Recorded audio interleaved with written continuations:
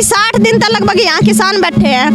मतलब पिछली फसल की आवाज उठावा तो इतना अगली फसल का खराब बतियार हो जाए, अगलिया का उठावा तो पिछली पेंडिंग रह जाए। हालात इस सरकार में पैदा हो रहे हैं। पिपली के अंदर आपने देखा होगा कि सूरजमुखी के एमएसपी के लिए वहाँ किसान लड़ रहे थे, जिट्टी रोड वहाँ जाम किया गया, किसानों के ऊपर लाठियां बांधेगी। दोबारा फिर वहाँ इतनी बड़ी पंचायत हुई कि किसान सरकार को घुटने टेकने पड़े। कई यही हालात यहाँ पैदा। जो हरियाणा के मुख्यमंत्री हैं मनोहर लाल खट्टर जी, वो कहते हैं कि हरियाणा के किसान साल में 3 फसल लेता है, एक खरीफ की, एक रबी की और एक मुआवजे की। इस बारे में क्या कहना चाहोगे? देखिए, बड़े शर्म की बात है। मुख्यमंत्री साहब को मैं कहना चाहूंगी कि आपको शर्म आनी चाहिए, आप ऐसी भाषा का यूज करते हैं। और दूसरी बात भाई, वो तो कुछ तो प्रकृति की मार और कुछ सरकार की मार तो अभी हमारे ऊपर पड़ी रही है। प्रकृति की मार तो शायद हम नहीं बच सकते, लेकिन कम से कम सरकार को तो किसानों के बारे में सोचना चाहिए। और फसल मुआवजे की खट्टर साहब बड़ा दावा करते हैं, बड़ी बात करते हैं, तो यहाँ हजारों लोग यहाँ फसल मुआवजे के लिए इकट्ठा हुए हैं। अलग अलग तहसीलों में जाके कहना चाहूंगी, खट्टर साहब ने गम्मा के तो जनसंवाद करे हैं। कृपया करके जो तहसीलों में धरने लग रहे, एक बार और जाकर भी अपना जनसंवाद करके देखो, किसानों की समस्या पूछो। आज किसान जूझ रहे हैं समस्याओं के कारण, किसानों के ऊपर इतनी बड़ी मार पड़ी है कि आज उनको उनकी फसल के दाम तो कहाँ मिलते हैं भाई, खराब हुई फसल का मुआवजा को नहीं मिलता जी। गठबंधन सरकार जो बड़े बड़े दावे करती है कि हमने किसानों को खुशहाल बना दिया है, माननीय मोदी जी ने भी वादा किया था कि 2024 तक किसान की जो आय है वो दोगुनी हो जाएगी, क्या कहना चाहोगे? देखिए,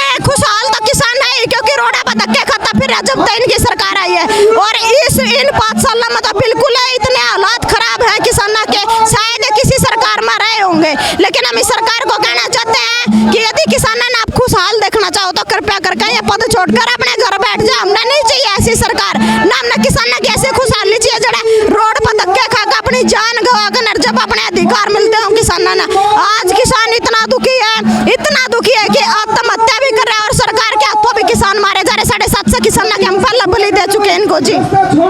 क्या सत्ता परिवर्तन इस चीज़ का सॉल्यूशन है कि अगर सत्ता बदल जाती है, बार बार मंचों से भी, किसान मंच से भी आवाज़ उठती है कि सत्ता पलट दी जाए, इनको वोट ना दिया जाए, क्या ये इसका सॉल्यूशन है? देखिए, 75 सालों से सत्ता परिवर्तन होता रहा है, लेकिन कोई हालात नहीं बदले। हालात वही के वही रहे। किसान की स्थिति कहाँ बदली है? 75 साल पहले भी वही स्थिति थी, आज भी वही हालात है। हम चाहते हैं कि व्यवस्था परिवर्तन हो, या व्यवस्था सरकार चाहे कोई भी हो, लेकिन उसकी व्यवस्था ठीक होनी चाहिए। किसानों के प्रति उनका रूट होना चाहिए, कि मूड होना चाहिए किसानों की आय दोगुनी करने का, किसानों के हालात सुधारने का।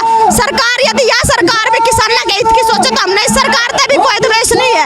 हमने सरकार की गलत नीतियों का विरोध है, चाहे वह कांग्रेस सरकार हो, चाहे वह नल्लोर, चाहे वह बीजेपी और चाहे वह आम आदमी पार्टी हो। यदि जिस सरकार की व्यवस्था सही होगी, किसानों के हित के बारे में सोचेगी, वह सरकार हमने चाहिए। हमने कोई बीजेपी कांग्रेस से मतलब नहीं है जी।